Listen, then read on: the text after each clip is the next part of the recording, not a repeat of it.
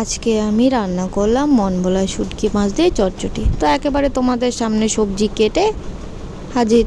তারপরে শুটকি মাছগুলো ভালো করে ভেজে নিলাম হলুদ দিয়ে, কারণ এগুলোর মধ্যে লবণ দেওয়াই থাকে। ভেজে নিয়ে নামালাম।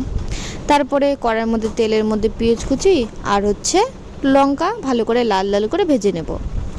ভেজে নেওয়ার পরে তারপরে সবজিগুলো ঢেলে দেবো। সবজিগুলো ঢেলে দেওয়ার পরে এর মধ্যে দিয়ে দেবো লবণ। লবণ দিয়ে ঢেকে রাখবো যেন সবজিটা সেদ্ধ হয়ে যায়। তারপরে এদিকে বেটে নিলাম জিরে।